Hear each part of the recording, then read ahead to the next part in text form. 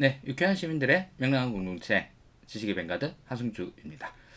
오늘로서 이제 서브프라임의 대장정을 끝을 내려고 합니다. 언제까지 이걸 오래 먹느냐 싶은 생각이 있고 할 얘기도 어딘가 다 한 것 같습니다. 물론 이 파생되는 여러 주제들로 가지고 앞으로도 이어갈 생각이긴 합니다만 오늘은 한번 대단원의 막을 한번 내려보죠. 자, 이 사실 문제는 지난 세월을 복귀하는 이유는 뭐 지금 현재 당장을 뭐 해석하고 준비하고 대처하기 위한 이런 목적이겠죠. 그래서 지난 시간 동안에 계속 우리는 서브프라임이 왜 생겼고 그래서 무슨 일이 벌어졌는가를 주로 다뤘습니다. 서브프라임이라고 하는 건 미국의 폭발적인 부동산 경기. 이 부동산 경기가 좋은 것은 뭐 원인과 결과이기도 한데 둘 다 서로 왔다 갔다 하는 거지만서도 거기에 불을 뗀 여러 주체들이 있었다. 이런 거였죠.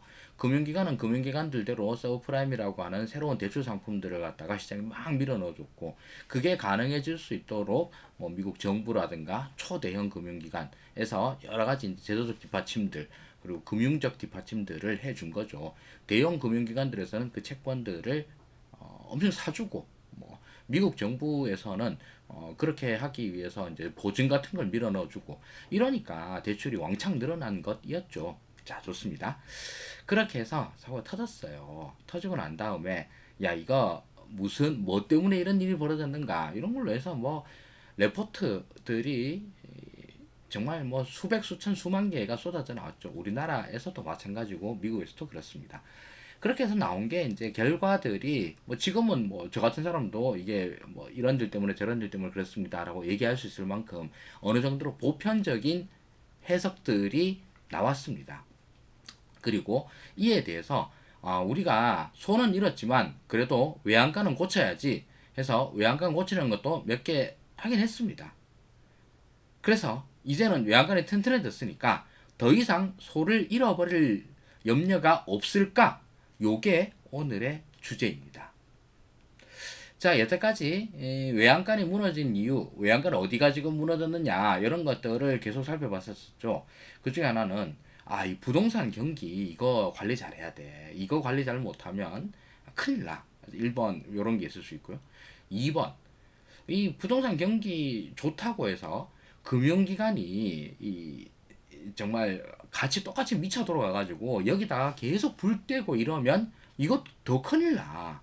그러니까 금융기관이 미쳐 날뛰지 않도록 정부가 이런저런 금융 관련 규제들을 좀 빡빡하게 할 필요가 있어. 이런 것도 있죠.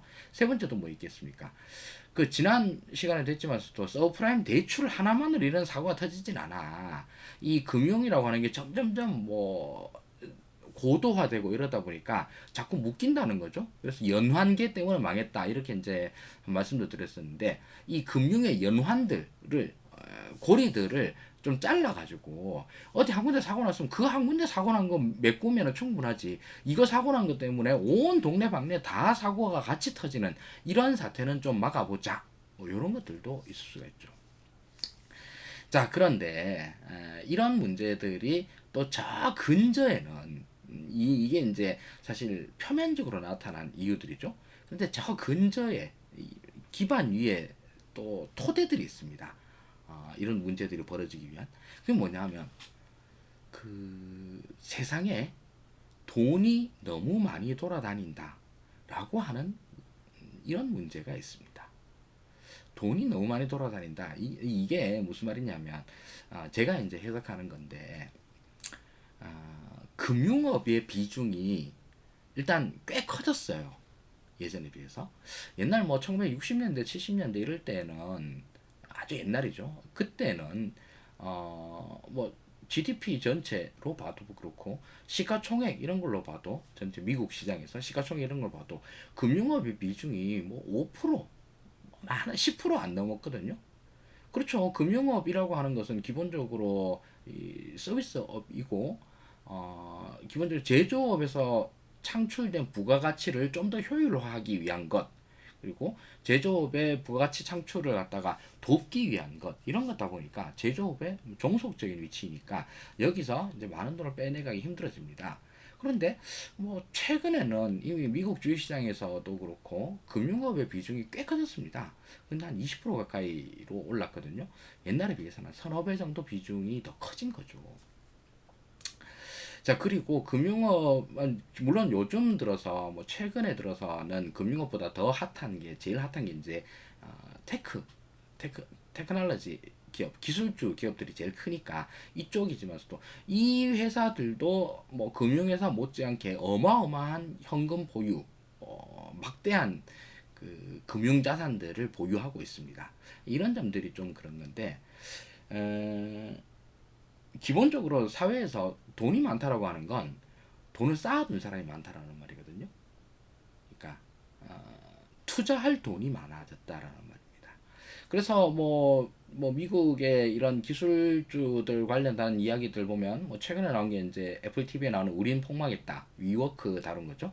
그런 것들 보면은 미국에 그거 잘 나간다라고 하는 똑똑하다라고 하는 그 벤처 캐피탈 이런 애들이 그 사기꾼 같은 놈들한테 막 그 돈 막 퍼주고 이러는 일들 이런 일들이 무지하게 나옵니다. 그 말은 달리 말하면 그만큼 그렇게 돌아다니는 자본이 많다라는 말이거든요. 근데 이 자본이 남는 자본이니까 이렇게 막 돌아다니면서 이런 여기도 투자하고 저기도 투자하고 그러죠. 보통의 자본이라고 그러면 옛날 뭐 1800년대 1900년대 자본을 생각합시다. 자본은 그때는 늘 모자라 가지고 이 자본들이 막 그 뭐 어디 뭐 철도를 짓는다, 어디 뭐 방적 공장을 짓는다, 어디 뭐 석유 개발을 한다, 이런데 뭐 돈이 막 다 몰리고 이러는 거였었죠. 근데 지금은 돈이 좀 많아졌다라는 겁니다. 그래서 이게 어떤 경우에는 뭐 서브프라임 채권으로 가기도 하고 어떤 데에는 나스닥 기술주 이런 데로 쫙 몰리기도 하고 뭐 이런다라는 거죠. 이렇게 돈이 많아졌다라고 하는 거에 근저에는 뭐가 있냐면 첫 번째로는 아, 미국의 그 무역 수지 그리고 재정 수지, 무역 적자, 재정 적자라고 하는 것들이 있습니다. 이렇게 미국의 두 가지 분야, 무역 분야와 정부 분야에서 적자를 내면서 돈을 막 밀어넣는다라는 거죠. 적자를 냈다는 건 돈을 갖다 많이 땡겨 쓴다라는 말이고, 그 말은 그만큼의 채권들이 발행이 됐다는 말이고, 채권이라는 말은 그만큼의 투자 자산이 됐다라는 겁니다. 이런 돈들이 굉장히 많아요. 그죠? 미국의 무역 수지 뭐 이런 것들은 늘뭐 어마어마한 적자를 계속 보고 있고, 그리고 재정 적자는 이제 뭐 말도 못하게 됐죠. 코로나까지 겹치면서 뭐 더 엄청나졌으니까. 그렇습니다. 그래서 이제 이 혜택을 다 중국이 보고 있다 그러는데 사실 뭐 중국이 보고 있다. 미국이 더 많이 보죠. 돈도 없는데 더 많은 상품들을 소비할 수 있게 된 게 미국이 득이지 뭐 일단은. 뭐 중국은 그거 대느라고 뭐 중국판 살판 물건 만들어 대고 막 노동자들 학대하고 막 이러는 거 아닙니까? 그리고 둘째로는 미국 내에 부자들이 너무 부자가 되어가고 있다라는 점입니다. 뭐 옛날에도 부자들 많았지. 근데 이 부자라고 하는 말은 그 좀 정의하기 어떻게 디파인 하느냐에 좀 다른데요. 그냥 부자, 돈이 많은 사람, 뭐 그래서 호화사치스러운 삶을 사는 사람 이런 사람들이 있죠. 이런 사람들은 물론 부자라고 부릅니다. 그런데 이 부자 중에서도 아, 돈이 많다라는 말은 호화사치스러운 삶을 살 수 있다라는 말은 내 필요 생계비 이상의 소득과 자산이 있다라는 말이잖아요. 내가 진짜 펑펑 써. 그래서 뭐 내가 좀 화려한 삶을 사느라고 한 달에 생활비를 한 돈 천만 원 써. 그런데 이 사람의 자산은 한 100억 좀 있어. 돈 천만 원 쓰는 게 일도 아닌 거죠. 그럼 나머지 그 아주 많은 돈 이건 어떻게 하느냐? 다 투자 자산화가 됩니다. 이 투자 자산들이 워낙 많다 보니까 이게 돌아다니거든요. 그러니까 부자, 기존의 고소득층, 뭐 원래 기존 부자들 이런 사람들이 더 부자가 되면 투자 자산이 더 많아지고 이 투자 자산들은 그나마 최소한의 이윤율이라도 먹어야 되거나 아니면 조금 더 높은 뭐 이익률을 위해서 팽팽팽팽 돌아다니는 거죠. 그러면서 더 좋은 게 뭐 있냐 하면서 늘 그렇게 투자처를 찾고 있는 이런 상황 아니겠습니까?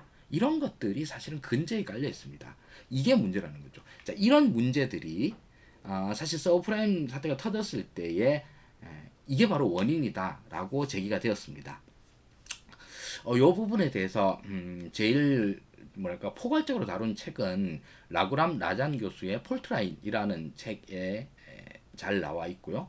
저도 제가 지금 말씀드리고 있는 것들은 뭐 하승주의 개인적인 생각 이런 거라기보다는 라구람 라잔 교수의 책에서 나온 이야기들을 이렇게 좀 요약을 해봤습니다. 그러면 2022년 현재 당시 서브프라임 사태를 야기시켰던 그 원인들, 외양간이 무너져서 소들이 다 도망가고 했는데 이제 늦었지만 이제는 외양간이 튼튼하게 고쳐졌느냐를 물어야 할 시기입니다. 사실 그게 제일 중요하지 않겠습니까? 그 얘기 하려고 한 거였고요. 그래서 그 점들을 한번 살펴보고자 합니다. 그게 안 되면 뭐 원인을 우리가 뭐하러 열심히 보고 저기 탐구를 하고 그 수많은 보고서들은 뭐하러 냈다는 말입니까? 그게 문제인 거죠. 그래서 제가 아까 소개해드린 폴트라인이라고 하는 책은 폴트라인 이게 이제 뭐 실수로 그은 선 이런 건 아니고 그 지질학적인 단층선이라고 뭐 합니다. 그래서 이 지질학적인 단층선에서 뭐가 있냐 지진이 자주 일어나죠.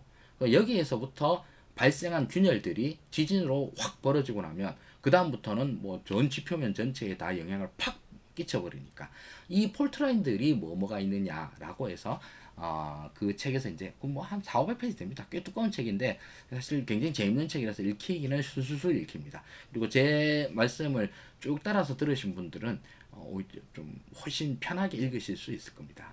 그 점에서도 뭐제 강의도 추천드리고 그리고 그 책도 좀 추천을 드리는 바입니다. 자 그러면 지금 현재 시점에서 그 당시의 문제들은 해결이 됐는가? 이런 점들을 뭐 간단한 그래프 몇 개를 통해서 한번 살펴보도록 하겠습니다. 자, 이게 이제 파워포인트 화면으로 바꿨는데요. 요게 뭐냐면 제목은 또 와이드닝 트레이드 갭 그러니까 무역에서의 갭 격차가 점점 벌어지고 있다. 중국으로부터 수입하는 양과 미국이 중국에게 수출하는 양, 이 미국의 대중 수출과 수입의 격차입니다. 미국 입장에서 중국으로부터 수입하는 것은 점점점 어마어마하게 늘어나는데 수출량은 늘 지지부진합니다. 지금 현재 이 그래프가 2017년까지로 그려져 있는데 이 당시보다 지금은 이 격차가 훨씬 더 커져 있습니다. 그리고 이 격차는 뭐 점점 불어나고 있습니다. 미국에서는 계속 중국에 대해서 이렇게 엄청난 무역 적자를 보고 있고 이 무역 적자를 본다라는 말은 달리 말하면 적자가 났다는 말이잖아요. 적자라는 말은 그만큼 뭐 돈이 빈다라는 말이고 이 비는 돈을 어떻게 메꾸겠습니까? 빌려서 메꾸는 거죠. 빌려서 누구한테? 전 세계로부터 어떤 식으로? 채권을 발행해서 그렇게 해서 메꾸는 겁니다. 근데 이게 아니 뭐 미국은 기축통화국이니까 아니 뭐 그래 기축통화국이라는데 무슨 환상 같은 게 많은데요. 기축통화라고 해서 그 뭐 어떤 경제의 기본 원리를 갖다 다 초월하는 그런 마법의 통화 이런 거 아닙니다. 좀 더 뭐 내구성이 강하다 이러는 거지. 거기도 뭐 많이 맞으면 당연히 쓰러지죠. 기축통화라서 무한정 뭐 이런 것들이 가능해 저런 것들이 가능해 그런 건 전혀 아닙니다. 그런데 그 미국의 대중 무역 적자는 날이 가면 갈수록 해가 지면 질수록 트럼프 시대에 그 난리를 쳤음에도 불구하고 솔직히 말해서 하나도 계산이 안 되고 점점 불어나기만 합니다. 이 말은 그만큼 미국에서 이 격차만큼의 채권들이 더 발행된다는 말이고 그만큼의 투자 자산들이 더 늘어난다는 말입니다. 자, 요게 첫 번째 문제이고요. 그 다음을 한번 볼까요? 이 그래프는 굉장히 많이 보셨을 겁니다. 미국의 소득 상위 10%가 전체 미국 그 전체 소득에서 얼마나 차지하느냐 이런 건데 이 옛날 1920년대 말 30년대 초 이때 즉 대공황 직전 이때 대공황 직전에는 소득 상위 10%가 전체 소득의 50% 가까이 45에서 50% 가까이를 점유를 합니다. 즉 상위 10%가 전체 소득의 50%를 먹는다는 말이죠. 그러다가 이게 2차 대전이 끝나고 난 다음에 대압착의 시대를 거치면서 이게 이제 35%대를 갖다가 쭉 한 40년 가까이 유지를 하다가 레이건 이후부터 다시 높아지기 시작해서 다시 50%를 넘어서기 시작을 합니다. 최근에는 50%를 넘어섰죠. 자, 이렇게 소득 상위 10%, 즉 부자들이 차지하고 있는 소득이 점점 커지더라는 거죠. 이거 그러니까 미국의 부의 불평등이 커지고 있다라는 말입니다. 물론 미국의 그래프만 이런 것이 아니라 사실 전 세계 어느 나라나 다 비슷비슷합니다. 이렇게 고소득층의 소득이 더 커지고 있는 것, 이런 게 거의 뭐 글로벌한 현상이긴 한데 미국이 매우 심하죠. 다른 형식의 그래프를 한번 볼까요? 이게 이제 계층별 소득 비중으로 나온 건데 점점 높아지고 있는 거, 뭐 소득 상위 20%의 비중은 점점 높아지고 소득 상위 어, 저기 중산층의 비중은 점점점 낮아지고 있다. 그리고 하위층의 소득 비중은 늘 그렇듯이 뭐 저 바닥에 쭉 깔려 있다. 이런 식의 그래프입니다. 이런 유사한 형식의 그래프들은 매우 많습니다.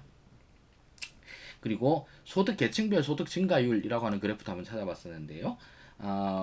이게 이제 각 소득분이 20%별로 자른 거죠. 1분위, 2분위, 3분위, 4분위, 5분위 이러는데 그래프의 길이가 제일 높은 곳은 당연히 5분위, 제일 고소득층의 소득 증가율이 매우 높습니다.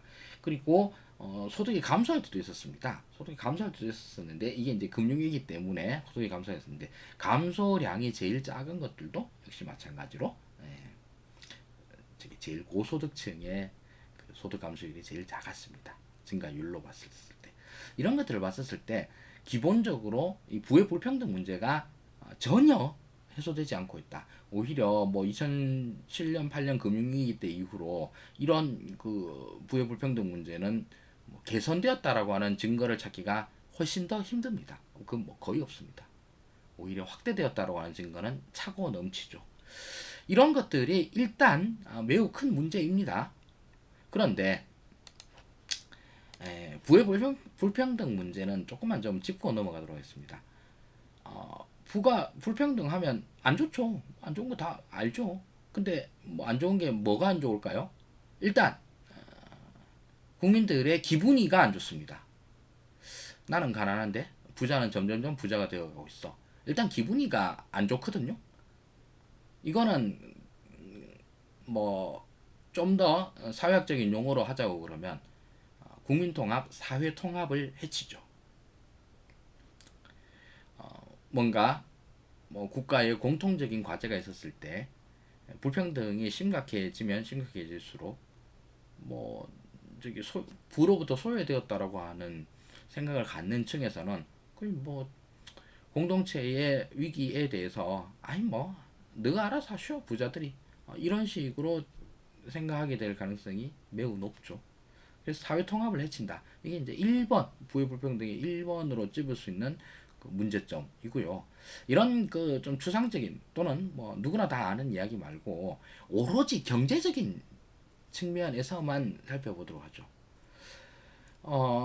소수에게 부가 몰린다라고 하는 말은 달리 말하면 부가 효율적으로 배분되지 못했다는 말이기도 합니다. 그 고소득층의 이제 소득 점유율이 더 높아지고 있다라는 말은 그만큼 고소득층만 돈을 번다는 말이잖아요. 근데 그 뭐 예를 들면 월급을 뭐한 5천만 원 받는 월급 뭐 월급을 5천만 원 받는 사람이라고 하는데 이 사람은 한 달에 펑펑 써봐야 한 천만 원 쓴다. 나머지 4천만 원은 사실 소비되지 못하고 또 재투자 되어야 되는 돈이죠. 이런 재투자되어야 되는 돈들이 자본이 모자랄 때는 뭐 매우 유용할 수 있지만서도 이게 점점 많아진다고 그러면 재투자할 때는 그럼 많나? 당연히 이런 돈들이 너무 많이 쌓이면 이 자체가 금융자산이 너무 많아지게 되는 일이 벌어지는 거죠. 자, 이런 것들이 결국은 사실 금융 문제에서 위기가 터질 소지들, 가능성들을 높여주는 일이기도 하고, 그리고 만약에 뭐 어떤 뭐 금융상의 문제가 아니라 하더라도 어떤 경제적인 문제가 터졌을 때 회복력을 매우 더디게 합니다. 뭐 사람들이 기본적으로 다 어지간히 좀 평등한 상태에서 이런 상태라고 그러면 좀 회복 탄력성이라고 그러죠. 이 탄력적으로 이걸 극복할 수 있는 힘들이 있는데 뭐 가난한 사람 너무 가난해가지고 무슨 위기가 턱 터지고 나면 이 사람들 그냥 뭐 다 자포자기 뭐 이렇게 돼버리는 수가 많아지고 그럼 뭐 사회적으로 더 불안해질 거고 이런 것들 때문에 경제 위기에 대한 극복도 더 늦어지게 될 거고 이런 문제들이 생기겠죠. 이런 것들이 여러 가지로 이제 문제가 됩니다. 그래서 부의 불평등이라고 하는 건 그냥 단순히 기분이 안 좋다라는 걸 넘어서서 경제 자체가 그렇게 효율적으로 움직이지 못한다. 그리고 위기에 더 취약해지는 그리고 위기의 가능성을 더 높이는 이런 문제가 되겠죠. 그래서 부의 불평등을 극복하는 것은 단순히 윤리적인 문제가 아니라 경제적인 문제이기도 합니다. 자, 그리고 그 마지막으로 이제 제가 사실 이번 서브프라임 준비를 하면서 많이 강조를 했던 게 연환계 이야기를 몇 번 드렸지 않습니까? 아니, 금융이 자꾸 막 고도화되고 이러니까 자꾸 묶여가지고 문제가 하나 터지고 나니까 완전 박살나던 걸. 그러니까 이게 이 어느 한 군데 사고 터지면 거기서만 터지도록 그러고 딴 데서 있는 자원을 가지고 그걸 메꾸도록 하자. 이게 이제 얘기였었는데 어느 정도 되긴 됐습니다. 뭐 그래서 이제 투자은행과 상업은행 이런 거 분리하는 거 이런 것들도 하고 뭐 옛날처럼 신용 파생 상품 이런 걸 갖다가 막 남발하지도 않고 그렇습니다. 그런데 이와 뭐 제 생각에는 굉장히 유사해 보이는 위험 요소가 있습니다. 저는 그게 코인이라고 생각합니다. 그놈의 코인. 이 코인 시장이 도대체 왜 이지랄인지 처음 나올 때부터 이해가 안 되었지만서도 엄청나게 커졌습니다. 그리고 이제 이 코인은 더 이상 어떤 뭐 기술 기크, 기술 너드들의 어떤 한정된 상품이 아닙니다. 이제 메인스트림 월스트리트에 있는 애들도 여기에다 엄청나게 돈 잠궈놨습니다. 지금 제가 저기 각종 코인들의 그걸 한번 따봤어요. 저기 시가총액을 한번 따봤거든요. 저도 시가총액 보고 나서 깜짝 놀랐습니다. 이 그래프로 보니까 이게 지금 현재 1년치인데 지금 현재 뭐 1 어쩌고 저쩌고 돼 있잖아요. 이게 뭐냐면 오늘 현재 딴 그래프입니다. 1 어쩌고 저쩌고 되는데 이게 1조 달러입니다. 1조 달러면 우리나라 돈 1000조 원? 1조 달러고요. 이게 최근에 코인이 많이 까졌지 않습니까? 많이 떨어져 가지고 그러는데 이 떨어지기 전에 최고점 찍었을 때는 거의 3조 달러에 이르렀습니다. 그게 지금 이제 3분의 1 토막 난 거죠. 3조 달러? 이 정도면 규모 자체로만 해서도 매우 크죠. 근데 이게 그냥 뭐 2030, MZ세대 이런 애들이 뭐 한 방을 노리면서 그러면서 하는 거야. 이제 아닙니다. 그런 MZ세대들의 뭐 저기 영끌 투자 이런 걸로 세계적으로 3조 달러나 못 모읍니다. 굉장히 멀쩡한 금융회사에서도 여기에 돈이 들어가야 가능합니다. 근데 코인만큼 이렇게 허망한 자산이 없잖아요. 유시민 작가가 얘기한 그대로입니다. 왜 진짜 돈 팔아서 가짜 돈 사나요? 이 본질적인 질문 아닙니까? 왜 진짜 돈 팔아서 가짜 돈을 사나요? 너무 어이없는 일이죠. 비트코인을 하면 뭐가 좋고 뭐가 좋고 그 얘기 나온 지뭐 10년 가까이 10년 넘은 것 같은데 지금 그래서 비트코인 뭐 유용하게 쓰고 계십니까? 말도 안 되는 소리죠. 이더리움으로 하면 뭐 스마트 컨트랙트가 가능. 그래서 여러분들 이더리움을 이용한 스마트 컨트랙트 상품 뭐 쓰고 계십니까? 테더, 뭐 테더. 이건 스테이블 코인이라서 뭐 다른 화폐들처럼 그렇게 가치가 막 연동하지 않아. 1달러당 1테더로 딱 고정이 돼 있어. 아니 그럼 1달러를 갖고 있지 왜 1테더를 갖고 있냐? 1테더를 갖고 있으면 이자 돈을 많이 주거든. 미친놈 아니에요. 그 이자 돈 어디서 나오는데. 그래서 사실 지금 현재로서는 이 스테이블 코인이라고 하는 걸 제일 불안해 하죠. 이 스테이블 코인이라고 하는 제일 큰 데가 이제 테더라고 그러는데 여기에만 지금 600억 달러가 몰려 있습니다. 이 600억 달러는 달러 자산 또는 채권 자산으로 실물 자산과 연동돼 있다고 그러는데 이거 루나 같은 사태가 너무 불안해. 그래서 테더에서도 불안하니까 돈 빼자라고 하는 뱅크런과 유사한 코인런이 발생을 하면 실물 자산에도 즉각적으로 영향을 끼칩니다. 저번에도 말씀드렸다시피 서브프라임 채권 그 자체로는 당시에 1조 달러밖에 안 됐고 그 1조 달러에서 연체가 생긴 건 20%밖에 안 됐어요. 그럼 전체로 연체가 생긴 것, 부도가 확장된 것도 아니고 연체가 생긴 것만 해서 겨우 2천억 달러인데 이 2천억 달러 채권 시장이 전체 40조가 넘는 미국 주식시장과 또 역시 40조가 넘는 미국 부동산 시장을 갖다가 그냥 아작을 낸 겁니다. 왜? 연한계 때문에. 지금 현재 2022년도에 금융시장을 갖다가 흔들 수 있는 불안 요소가 뭐냐? 뭐 이런 것도 있고 저런 것도 있고 이렇습니다. 지금 현재는 사실 물가가 제일 눈에 띄는 거죠. 눈에 띄는 건데 그거 말고 이 물가라고 하는 데에다가 다시 뭐 불꽃을 튀길 수 있는 새로운 위험 요소가 뭘까 싶으면 저는 사실 그 코인을 많이 걱정하고 있습니다. 왜? 돈이 너무 많이 물려 있어서 그래요. 그리고 이제는 코인에 새로 진입하려고 하는 이런 흐름 잘 없잖아요. 다들 어떻게든 탈출하려고 그러지. 뭐 코인에 뭐 하고 있으면 뭐 이자를 얼마 꾸기고 난 또 뭐 이자를 준다길래 진짜 이자를 주는 줄 알았어. 코인에다 코인들을 더 얹어 준답니다. 그 뭐 발행량만 더 늘리는 거 아니에요. 아니 근데 그걸 보고 진짜로 저기 돈 태우는 애들은 그럼 2030 영끌이다 그러면 아이 뭐 그거야 뭐 애들이니까 그렇다 손 칩시다. 그 금융기관에서 그렇게 하는 애들 보고 있으면 무슨 생각인가 싶습니다. 근데 그렇게 하고 있는 금융기관들도 엄청 많죠. 이런 것들이 제가 불안해하는 요소입니다. 자, 2008년도에 리만이 터지면서 그때서부터 금융위기가 시작이 되었습니다. 그 금융위기를 극복하기 위해서 뭐 별거 다 했습니다. 뭐 그때 당시로서는 타프라고 그랬죠. 타프라에서 미국 재정을 갖다 다 쏟아부어가지고 부실채권 다 인수하고 뭐 부실자산 인수기간 따로 세우고 금융규제기간 또 세우고 뭐 그것도 안 돼가지고 무제한적 양적 완화 뭐 이래가지고 채권 계속 사모으고 뭐그 짓을 근 10년을 합니다. 10년을 해가지고 자 이제 그게 극복됐다 라는 선언까지도 많이 몇 번 나왔습니다. 그런데 그 극복됐다 선언되자마자 미국 소비자 물가 9% 찍고요. 이제는 더 이상 금융기관들의 탐욕을 뭐 제어할 수 있는 뭐 이런저런 규제책이 만들어졌어. 그러고 있으니까 코인 시장이 3조 달러대까지 불어나 있고요.